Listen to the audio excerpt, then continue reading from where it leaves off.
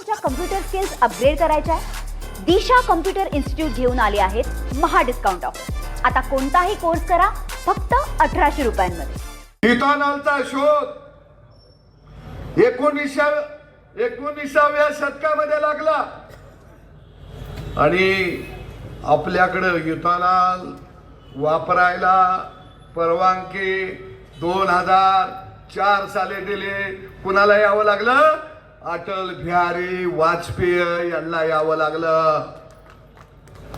अरे तुम्ही 100 वर्ष देशाला स्वातंत्र्य मिळायच्या अगोदर 100 वर्ष अगोदर इथॉनॉलचा शोध लागला। तुम्ही का नाही इथे इथॉनॉल डिझेल पेट्रोलच्या ऐवजी वापरलं? का नाही वापरलं? मोदी सरकार आल्यानंतर इथॉनॉल डिझेल पेट्रोल मध्ये 20% वापरायची परवानगी 2014 ला दिली। त्याच्यासाठी या देशाचा पंतप्रधान मोदींना व्हावं लागला। अरे तुम्ही जर आम्हाला इथॉनॉल जर वापरायला त्यावेळी परवानगी दिली असती तर आज सगळ्या गाड्या इथॉनॉल वरचे चालल्या असत्या, सगळे इंजिन इथॉनॉल वरचे निघाले असते। हे पाप कुणाचं? हे पाप खऱ्या अर्थानं काँग्रेसचा आहे। पण त्या पापाचं खपार कुणावर? मोदीवर।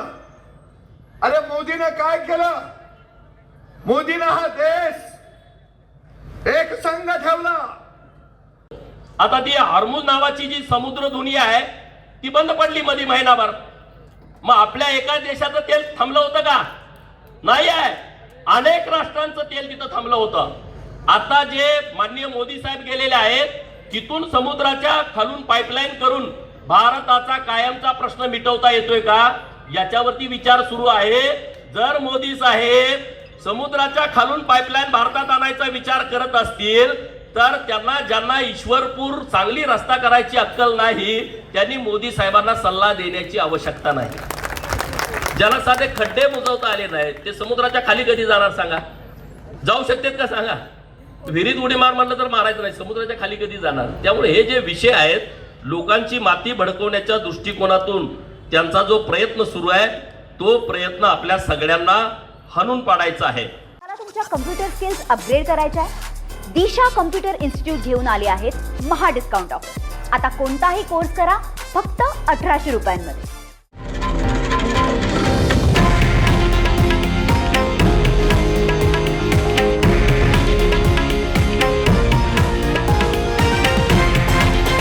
हे आहे देशातील नंबर 1 न्यूज नेटवर्क आणि आपण पाहत आहात TV9 मराठी, एकमेव।